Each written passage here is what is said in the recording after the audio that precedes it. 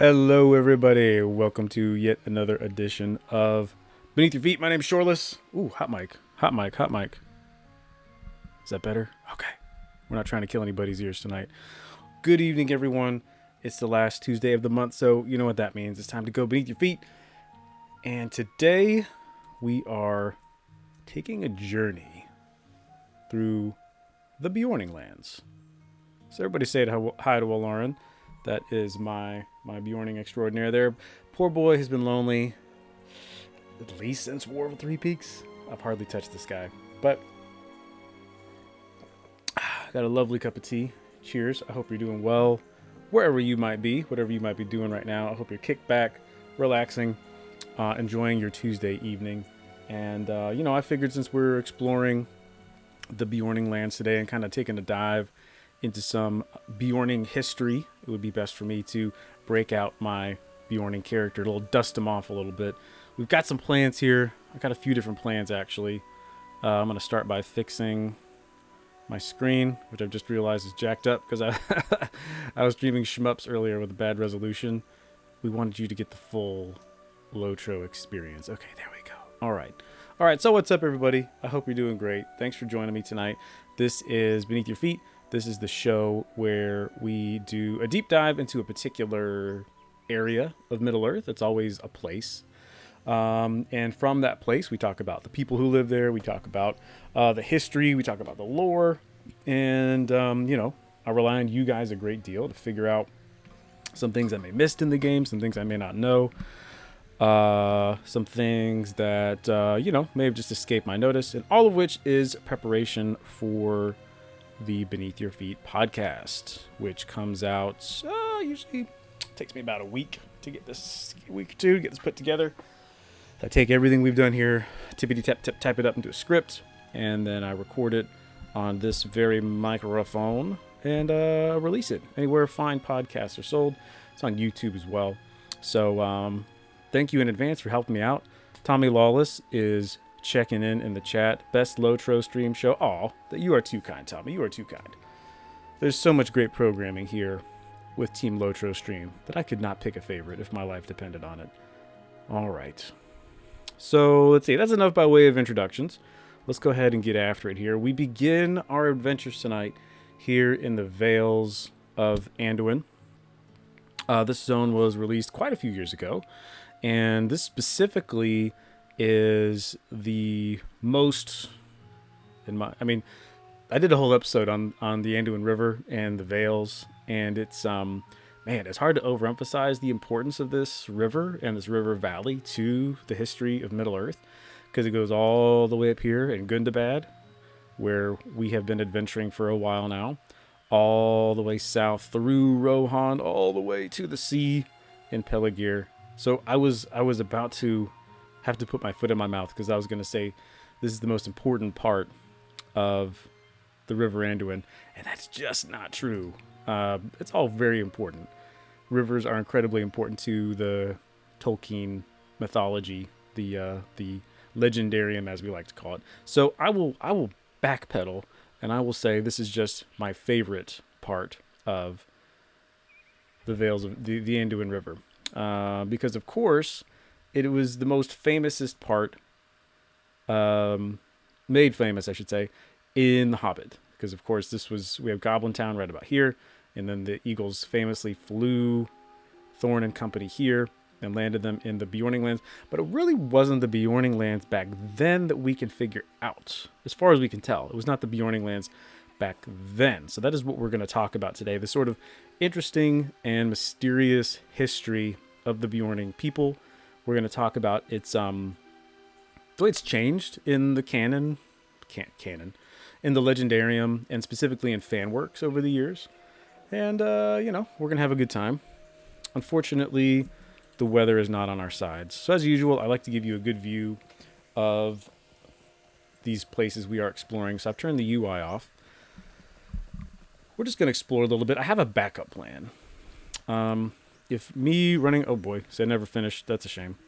I never finished the lore. We're not going to touch that. So one thing that they did I'm all over the place tonight. I'm only drinking tea, and I'm already all over the place. Let me have a refreshing sip of tea, and then we'll get back on track here. Much calmer now. So what I was saying was, we have a plan to zip around the Vales and the Beorning lands, and see what we can see. The Bjorn's house is down there. I have a lot to say about that. The Carrick is up this way. We're about to pass into Vegbar. And we might even go all the way up to the wells of Langflood, the source of the Anduin River. And we're just going to look around. We're going to see what we can see. We're going to talk about the history of the Bjornings and who they are and how mysterious they are. And the backup plan I was talking about was, I do have a character who's not been through this zone. So my boy Waller in here is a Beorning, proud Beorning, I should say. And he has been through this zone completely. I don't think I did all the deeds, but I definitely did all the quests. So there's nothing really new for us to find for him here.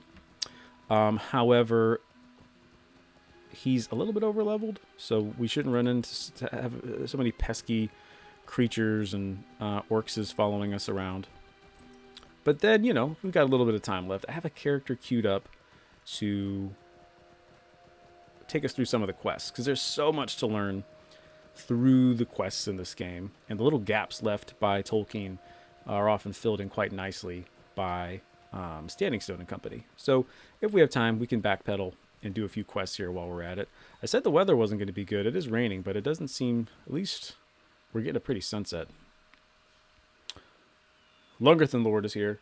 Thanks for checking in. Hope you're doing well. How's everybody else doing?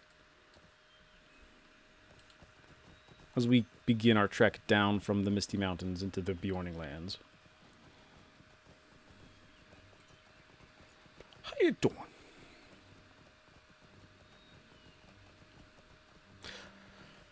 Our journeys begin here at Vegbar. Now, quick side note. I don't know, Eldoleth, she's one of the great streamers here for Team LOTRO stream. And she, not Eldoleth, sorry, Galadriel. Eldoleth is here. How you doing? Galadriel, she sometimes stops by. And one time we did, in honor of Bilbo's birthday, this was last year. It was about 6 months ago now. We did a run here on Landreval all the way from Bag End to the Lonely Mountain. And this was the point at which things got interesting, because we had some low-level companions joining us. And these people right here, these Beorning guards, Tweedledum and Tweedledummer, they went wild. They went ham on our poor lobies. So we had a few people kind of like in the level 50 range, and we brought them over the mountains, over the dwarf path, and we thought, all right, we made it through the mountains, we're in the clear. These guys took them out. So I don't know what that is or why they did that. I guess it's like, you know, a fail-safe that the devs have put into the game to keep the lobies out of places where they shouldn't be, because these dudes turned into bears and just ripped them apart. And it got rough after that. It was bad. But I think Vegbar is a very, what's up, Elk? I think Vegbar is a very interesting spot because already we can see some of the newness of these Beorning settlements. And that's something I'm going to talk about a lot here in just a minute, because really that's all we have to go on. We see some of the same architecture that we see in Gondor and other places as well. Dale has a similar architecture. It's not exactly the same as Gondor, but it seems I might need to zip over to Gondor before I put my foot in my mouth. But it seems like they just took some of the same structures from Gondor and maybe reskinned them. I'm not sure. Lungerthord is asking, what is my favorite zone? That is a great question. I'm going to say Eregion. That was where the last episode was done. And man, I just never get sick of that one. I genuinely never get sick of Eregion. I think the quest flow is so good. And I think the view is just about perfect. Here we are just on the other side of the Misty Mountains. I see your other question, Lungerthan. We'll touch on that in a second. And there's old Scala. So I was saying that all these Bjorning settlements are new. And the palisades and the wooden, these other wooden fences and things like that kind of speak to it. It looks a little rough. Really, this whole zone looks a little rough because it's been getting wrecked for a few centuries now. If we head down this way, there's a cool cabin, but I don't think that's really going to be helpful for our journeys tonight. We're about to pass back under that dwarf bridge. Now that has to do with the Great Dwarf Road that ran from, it ran from the Iron Hills clear through Mirkwood all the way over the Misty Mountains to the Blue. And that was what Thorn and Company were looking for. They wanted to take that road. I think it cuts through here, maybe, underneath the mountains of Mirkwood. And then luckily they end up at Bjorn's house, as we'll see. And Bjorn was like, "Nah, dog, you don't want to do that." But really, that's what that bridge has to do with. Here we see another outbuilding and some more extremely aggressive Beorning guards. All right, well, we got a little bit of a journey ahead. So Logarthan asked what I thought of the Rings of Power trailer. I thought it looked cool. I don't have a lot to say. I don't have a brilliant hot take. It seemed like the internet was losing its mind either way, as the internet does. There we get a good view of the dwarf bridge here. I think it... Who was I talking to? Oh, a friend of mine. She watched it with us, and she was like, "I can't tell if this is computer animated or live action." And that was the hottest of takes, because indeed it's extremely polished. They stopped filming it like a year ago or something, and it's still in post-production. So I wonder if they're going to over-polish it. So I don't know. I am one thing I learned from the Tolkien professor, who also has a show on LOTRO stream, when the Hobbit movies came out, and I was personally losing my mind. I was like literally in grief. Those movies were so awful. He always had a very positive take on those wretched movies. And people were like, "How can you be so positive?" And the Tolkien professor, Dr. Corey Olsen, said, I just find that life is better if you can find things to enjoy, if you like things. And I thought that was very wise. It was very prudent. Oh, who's here? I don't know that person. I thought that was very, very cool thing to say. And I have since attempted to take that approach into fandom. I had a hard time with Star Trek Discovery, for example, but I allowed myself to enjoy it, even if I'm like, this is not my Star Trek. I took my curmudgeon pants off, and I allowed myself to enjoy Star Trek Discovery. So that's the attitude I'm taking going into Rings of Power. I'm going to enjoy it. I might have plenty to disagree with. I might not like their interpretation, but it's going to look good, and I'm going to do my best to enjoy it.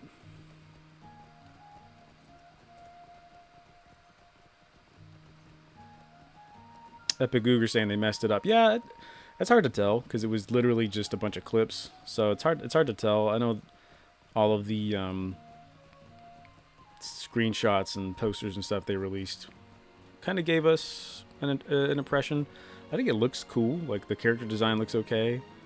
All right, now we're actually entering the Beorning lands. But again, it's hard to tell. It's going to be very weird to see how they can cover all the history because it was obvious that they're going back early into the First Age. I think there was a shot of Galadriel crossing the grinding ice. So it'll be interesting to see how that span of time. Epic Googer also asked, why are there hobbits in it? Why would there not be hobbits in it? Obviously, in terms of canon, hobbits in the First and Second Age are problematic because, there's no history of them. I would just play through the Angle zone, the Angle of Mythythel, which was released last year, or last week, goodness gracious. And there's hobbit holes there, and they're all tore up. So, and in just rereading The Lord of the Rings recently, we see that it very specifically says that the hobbits don't really come into the history until at least the Third Age. Specifically with they're coming into the Bree lands and into the Shire. So no, they're not a part of the broader histories. But for an audience, we want to see the hobbits.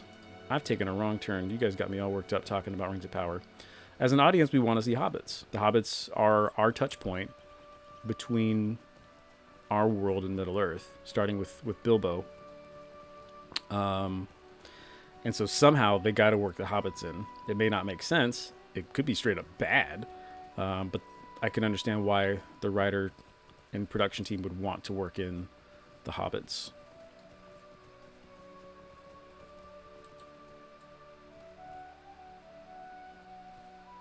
Longerthan says if he had $1 billion, he would buy the rights to The Hobbit and give it over to Standing Stone to make sure they keep making the game. Yeah, that'd be cool.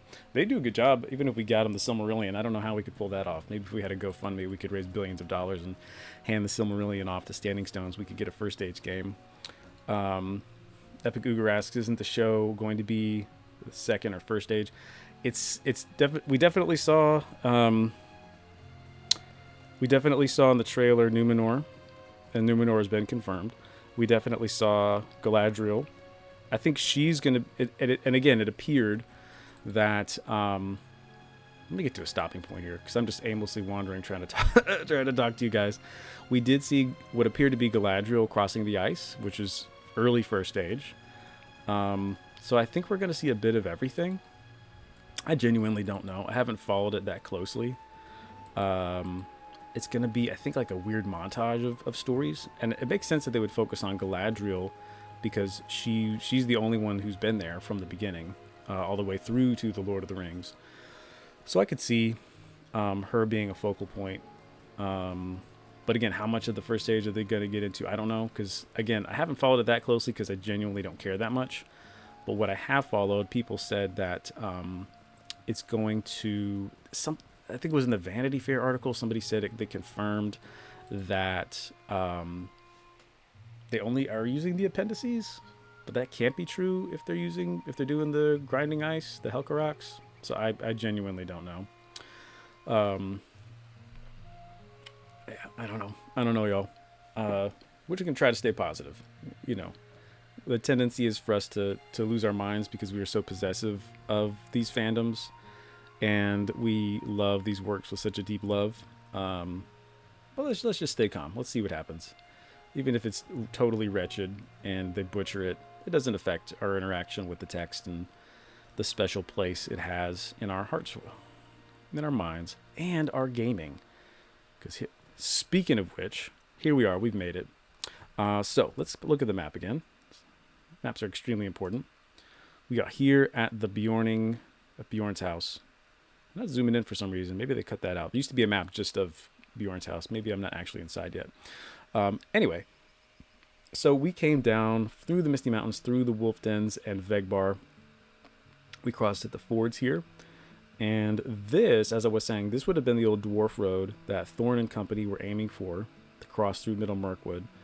But, of course, they wound up at Bjorn's house. And the first time you actually come through here, a thing pops up with a quote from, there we go, from The Hobbit, where they get into the bee pastures.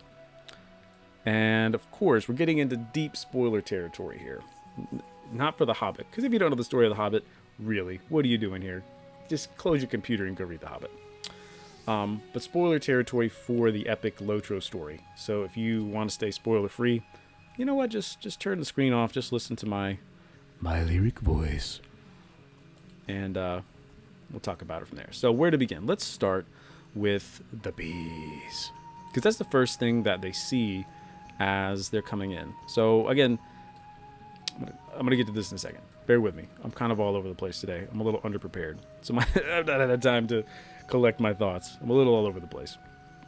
So anyways, let's start with the bees. What's up with the bees? I don't know. Bjorn is an old English word, maybe it's a Middle English word for bear, and it literally translates to bee hunter, which I think is wonderful and hilarious. And so it makes sense that Bjorn himself would have some connection with bees, right? Because bears famously love the honey. Oh, bear. And as I said, in The Hobbit, when they are approaching Bjorn's house, that's the first thing they notice. The line always stood out to me. Bilbo said the bees were as big as your thumb. Though I guess if it's a Hobbit thumb, it's maybe not that big. But anyway, these guys are not that big. So the Bjornings love the honey. Honey is also a very, very traditional medicine. So it makes sense as well that the Bjorn and then his people, the Bjornings, would have a kind of a special connection with that, especially because they're vegetarian. Okay, I keep saying they. I'm jumping ahead of myself. Bjorn was vegetarian. He did not eat animals, which makes sense because he was a shapeshifter.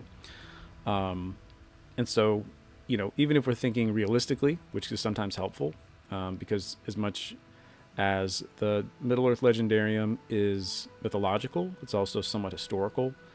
Tolkien felt that he was writing history rather than just a story, especially as it came to the Lord of the Rings. So thinking about things in a somewhat historical context can be helpful. So if we do that, then these giant beehives here make even more sense because, as I said, they're medicinal. They're a staple in the diet.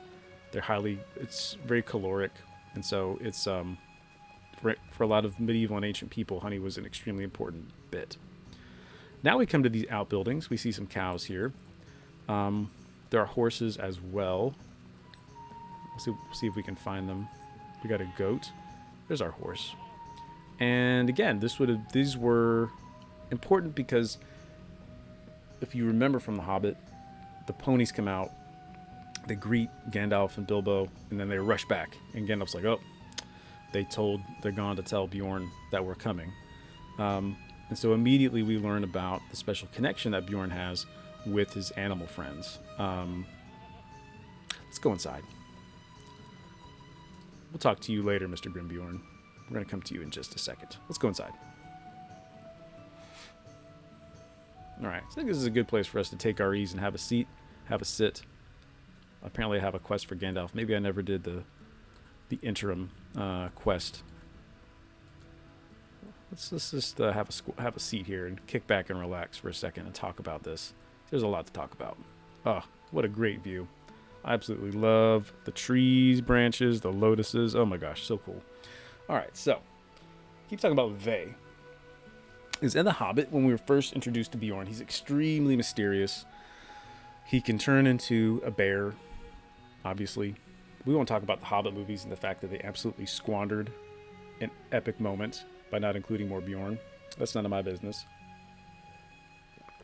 We'll just say hello. We'll just say that we don't get a lot about him.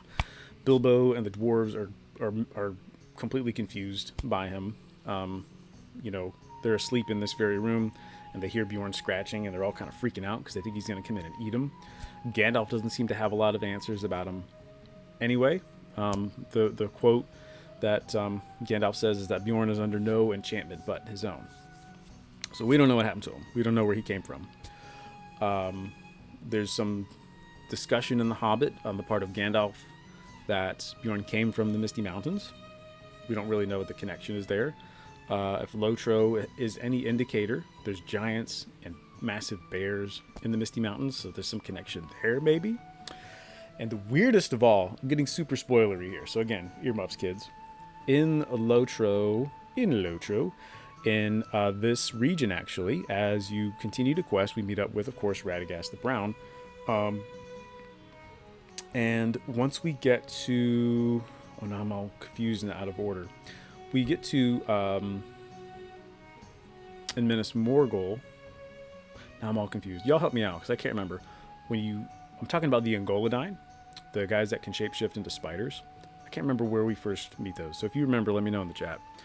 But anyway, when we talk to Radagast about that, he makes a shocking confession that he was the one who taught Bjorn how to shapeshift. And again, there's some indication that Bjorn was not the only one. Let me pull up The Hobbit real quick. I think it's because Gandalf followed Bjorn.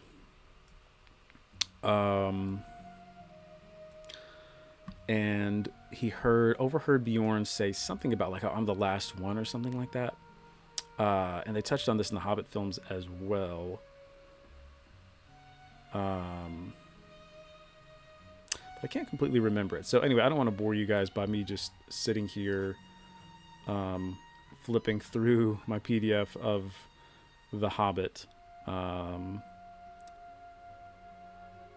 So we'll look at that. Oh, I almost found it.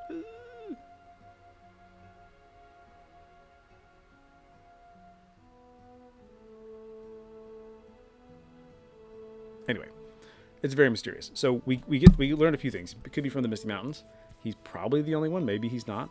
But then also when he Gandalf comes back and explains that he'd been following Beorn around, he says there was a bear party.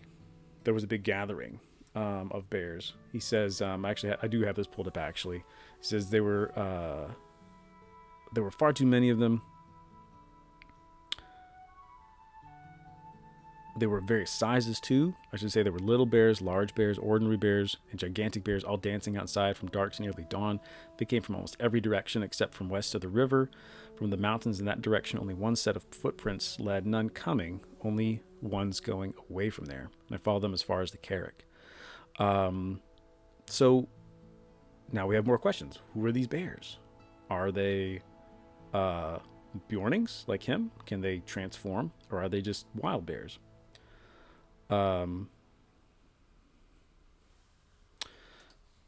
Yeah, thank you, Jinjar. Can you give me I would like to see the quote on that. I don't want to be flipping through, but if you can find that quote about Beorn, I'd love for you to paste it in the chat, because like I said, I'm a little unprepared tonight.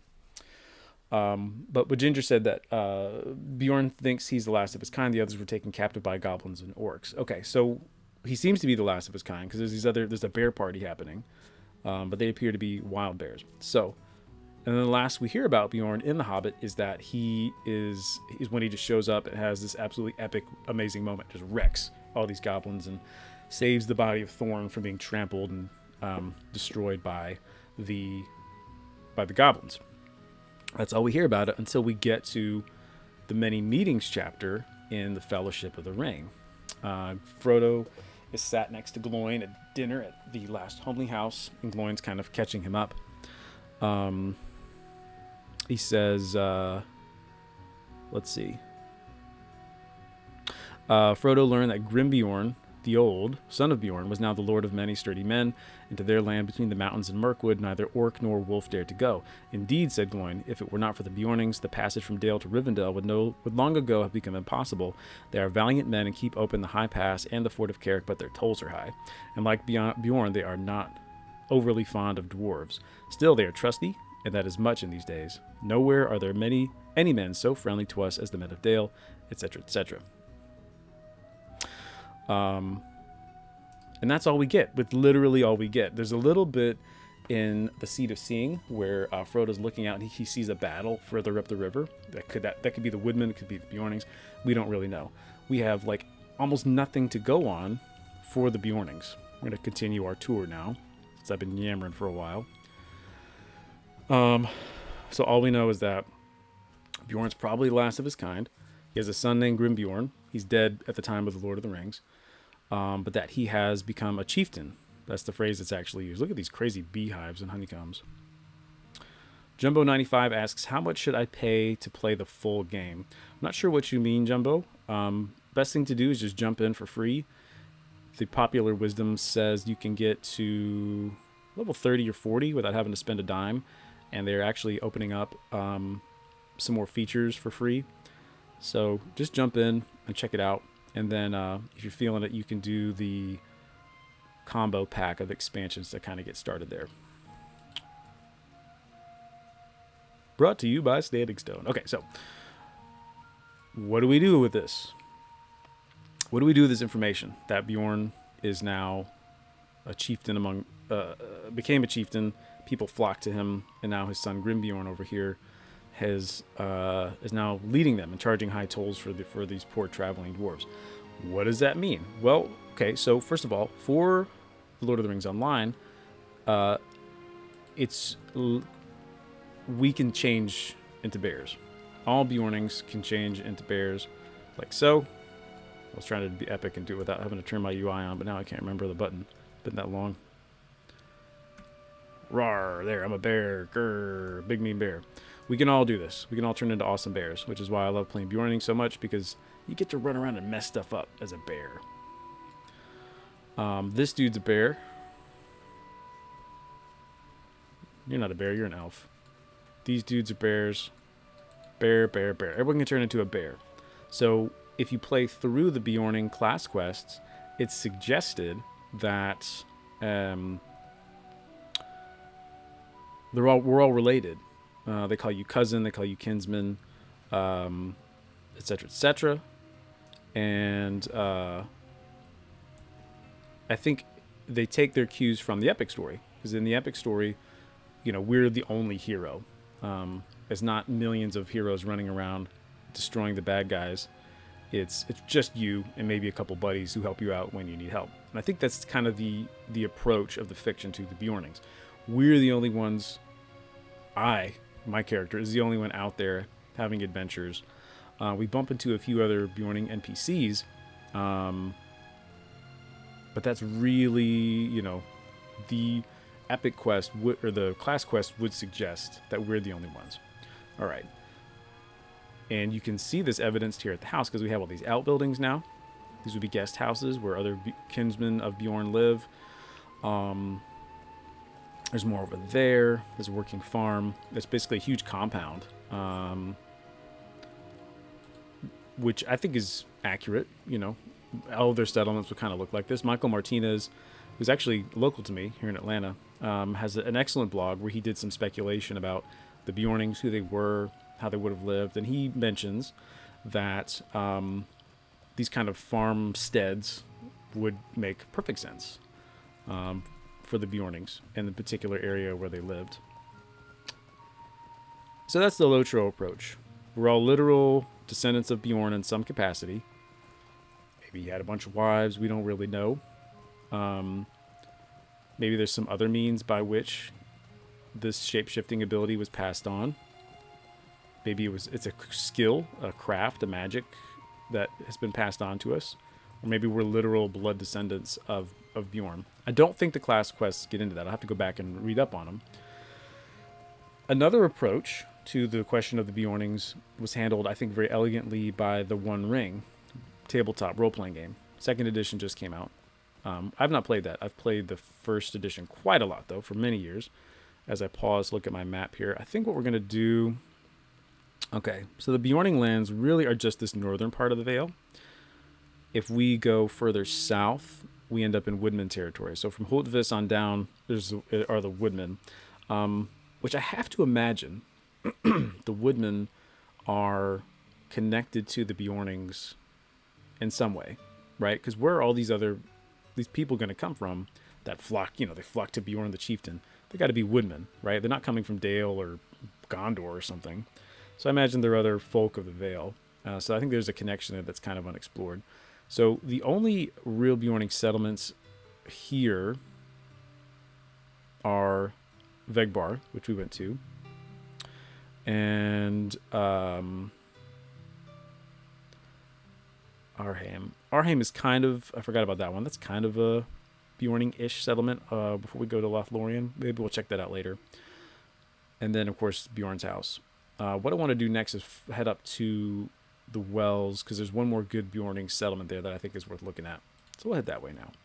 So anyway, I was talking about the One Ring tabletop role-playing game. Excellent game. You should check it out. Whether you get the first edition or the current edition, you can't really go wrong. It's a fun game. And even if you, as we all know, the only way to win at tabletop role-playing games is to read the book and not play. So even if you take that approach, the books are well worth your time if you are a Lord of the Rings junkie like myself. And their approach to the Bjornings was that, kind of what I just said, the Bjornings themselves, apart from Grimbeorn and, any children Grimbeorn may or may not have had, were not direct descendants of Bjorn. It's just Grimbeorn. But what he did was, as people came under him as their leader, he taught them how to become a bear while they were sleeping. So you could kind of take on this spectral form in the game. It was pretty cool. While you slept, and you can run around as a bear and gather information and check stuff out. And when you woke up, you would still have all that information. So again, that's a bit weird. I don't know that there's a precedent for that in the mythology of like running around and as a dream bear. I think what they did, in my opinion, was they took the scene I was describing earlier where Beorn, in The Hobbit, where Beorn leaves Thorin and company at his house and he runs off and he has this bear party. I think it's their kind of play on that, where as a player, you're not Beorn, nor are you Grimbeorn, so you cannot turn into a bear. But there's something going on in the nighttime where you can become a bear. Ginger's chiming in again. The book doesn't say much, just that he may have come from the mountains. The movie did include lines about the goblins taking his kin. Yeah, thank you for that, Ginger. You're absolutely right. It's very mysterious. We don't get a lot to go on.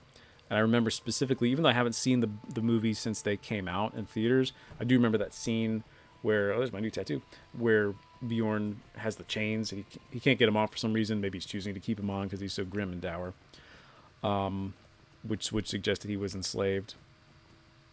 Appreciate that, Ginjar. So yeah, so he came from the mountains. There's something about him being the last one. I don't know. So anyway, One Ring role-playing game. Like I was saying, you can become a dream bear, which is kind of weird, but it's also kind of cool. I think it's kind of an interesting way to handle this issue,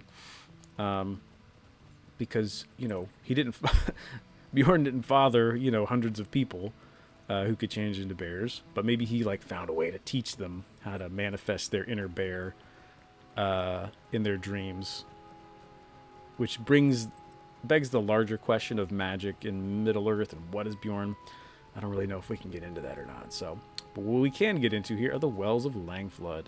This is the northernmost area of the Anduin River. The wells being the actual source of the Anduin River. Kind of goes up to Mount Gundabad. I don't know. But in the time of The Lord of the Rings Online, the Bjornings are expanding a little bit, and they have a new outpost up here. I think I'm going the right way. This would be after the war, so we know that there was some kind of battle in the Vales.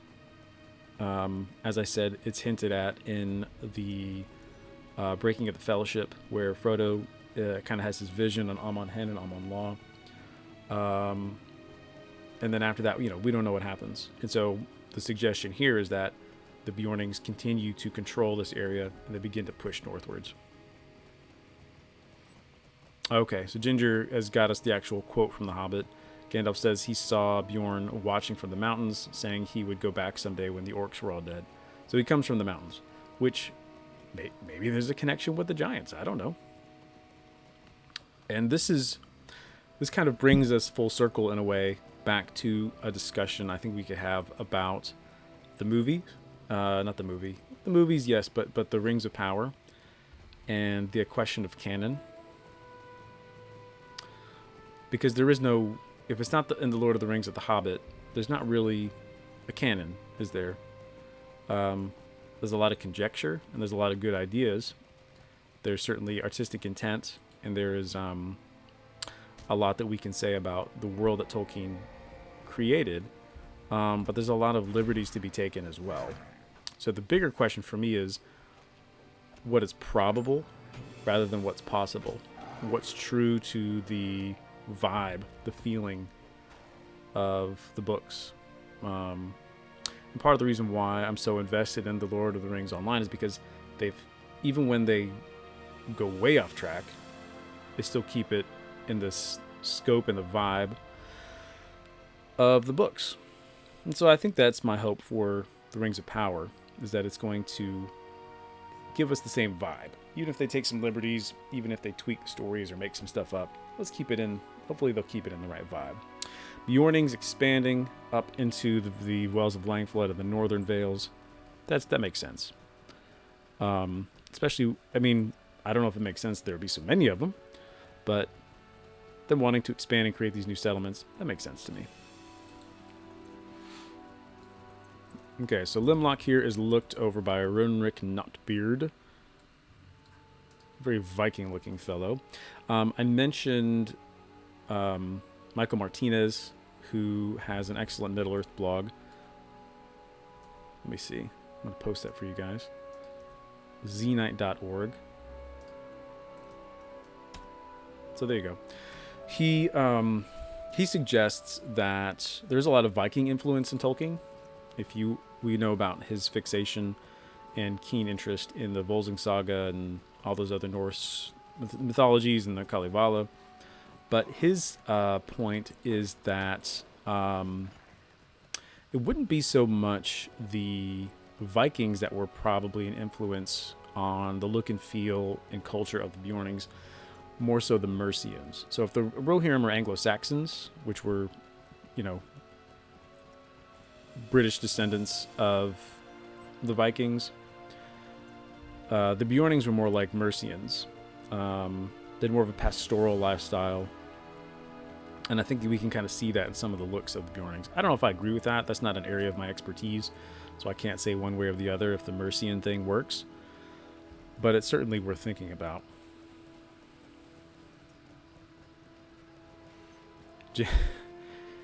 Ginger says you can play the whole game for free if you put in the time to earn the points. That's a lot of time. I know people have a whole method for grinding LOTRO points for making big purchases like quest packs and things like that. That is not for me. So tip of the cap to any of you who play completely free. Big Ed Mustafa, who has a show here on LOTRO stream, I believe he plays completely for free. So again, tip of the cap to you all who do that. All right. Here we are in the Riverlands. We could go further north, but we're not going to. I'll show you one quick thing. Up here, oh, I'm back in there. Up here is Tokvist, which is a little camp. Can't recall his name. There's one kind of lone Beorning hunter there, which I think is, to me, that makes more sense for the Bjornings, that they'd be more solitary. But again, you know, it's kind of like Rohan. I had some thoughts on Rohan, and the fact that there are way too many towns in the Rohan of the Lord of the Rings Online. But it's what it is. We gamers require content. Content means quests. Quest means quest givers. Quest givers means towns. So we must have some towns. So even if it's unlikely that there would be this many Beornings establishing this many settlements this quickly, especially if they are literal descendants of Bjorn, we gotta have towns. We can't not have them. All right, so I've been yammering for a good 45 minutes now. What do you guys think? Do you think that the Bjornings are literal blood descendants of Bjorn? Do you think he taught them how to shapeshift? What's your hot take? That's what I want to know.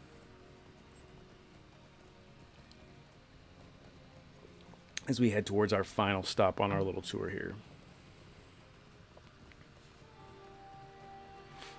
We'll give you the special inside Beorning scoop here, as only a Beorning can give. A special treat here for those of you who have been here for the long haul, listening to me jabber.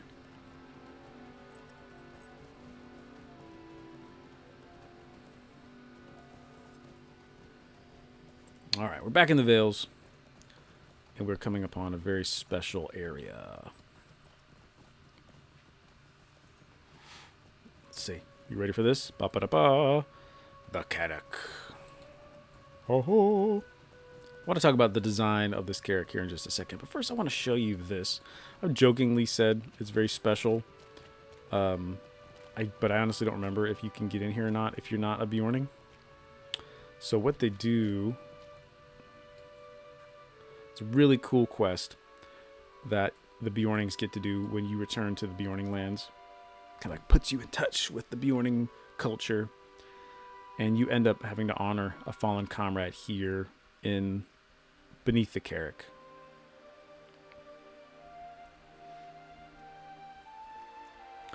And I just thought that was such a cool touch. It's unfortunate that they didn't do this for other races as well. It's different for Bjornings because, you know, you don't get to your home zone until endgame. But it would be really cool if they did something like that for, you know, Rohan, if you're a Rohirrim or if you're of Dale. Just some kind of quest to give round your character out a little bit. But I digress. So this is the inside of the Carrick. Again, I jokingly said it was for Bjornings only, but I'm pretty sure anybody can walk in here. I'm not sure. Let me grab a screenshot real quick lest I forget. Okay. I see you. Give me 1 second here. I want to take this before I forget. Sometimes you beat the ADHD, and sometimes the ADHD beats you. Okay. Dragon Rider says, in my mind, I think Bjorn and the others went and rescued some of the Bjornings during or after the war. That's a very interesting take, Dragon Rider. I don't think I have heard that before. Now that's some that's some fan fiction waiting to be written. That's extremely interesting. So the idea would be that Beorn and maybe some buddies, some woodmen, found out in the Misty Mountains where the Bjornings were kept captive or something. That's really interesting. Okay, I'm gonna think about that. I think that could work as we scale the Carrick here. So I mentioned the design of the Carrick here in the Lord of the Rings Online. I always have in mind two Carricks. There's the one that is, I believe, I want to say it's oh man, I can't think of the name of the artist now. One of the classic Tolkien guys. My brain is just shutting down because it's after 9, so I need my nappy. The other one is from the One Ring role-playing game. There's a very excellent illustration of the Carrick jutting out of the Great River Anduin, like straight up. It looks like a pillar. And so when I got here, I thought it looked I was a little taken aback because it isn't super tall. And what's up, Eagle? It's not super tall. It looks just like the other rocks, right? You can kind of see, yeah, the river flows around it as it should. I don't want to fall off, so I'm going to be careful. It's not that tall. It's not that distinct looking. Gandalf does tell us that Beorn made the Carrick. So what does that mean? Maybe he took this rock, he flattened it, he built the stairs into it. So I think I like it. It's not as distinct as some of the other visions for the Carrick that we've had over the years, but it's a very nice natural look to it. And then of course there's an eagle on top who can give us a lift if we need to. Let's see. I still think about that quote. Okay. So Ginger was very kind. It told us about that quote. I got to read this for myself. It's been nagging at my brain all day long. Before that, though, we have some more headcanon. Ian McClear says, my headcanon says that while Beorn thought he was the last, he wasn't, and the rest of his kin broke through out of the mountains and found him shortly after the events of The Hobbit. Okay, so it's another one for the Beorn family reunion theory. I like that. All right, let's hang with that for a second. This is Gandalf speaking to the dwarves on the way to... They haven't reached Beorn's house yet. Gandalf says I'm not going to do my Gandalf voice. Sorry. You have to be my kid for me to do the Gandalf voice. Gandalf says he is a skin changer. He changes his skin. Sometimes he is a huge black bear, and sometimes he's a great, strong, black-haired man with huge arms and a great beard. I cannot tell you much more, though that ought to be enough. Some say that he is a bear, descended from the great and ancient bears of the mountains that lived there before the giants came. Others say that he is a man descended from the first men who lived before Smaug, or the other dragons came into this part of the world, and before the goblins came into the hills out of the north. I cannot say, though I fancy that last is the true tale.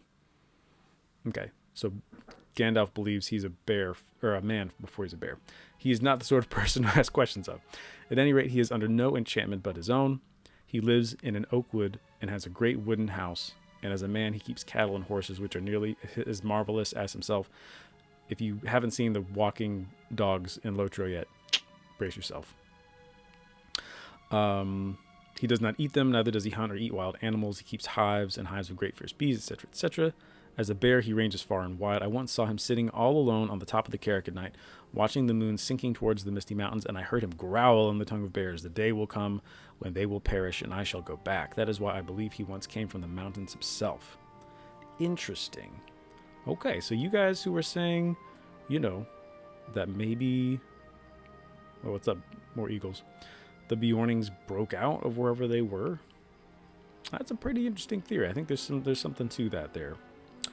Bottom line is, as we kind of wrap it up, unfortunately I'm not going to have time for questing. So we'll add some closing thoughts as we give you a nice view of Beorn's house here, which seems fitting. So I think the best we can say about Bjorn is that he is, I was going to say he's as mysterious as Tom Bombadil. Probably not. But to me, he's in that category of characters whereby we just don't have enough information. The book doesn't tell us specifically what's happened. And that's great. I think that's partly why Middle-earth is so enthralling and so successful, is because we don't have answers for everything.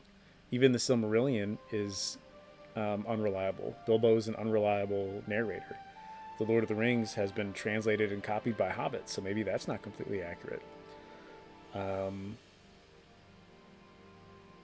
And so where contemporary fantasy tends to go for precision, we want an exact history of what happened, and we want to know how the magic works, and we want to know what every single person is doing at any single given piece of time. We don't get that in Middle-earth. Tolkien doesn't give us that. What we get is, not unlike our own world, we get a lot of clues, and we get some context. And that's kind of it. And so it's the same with Bjorn. We don't know where he came from. We don't really know who he is. We don't really know how he's able to change his skin, though LOTRO offers some suggestions.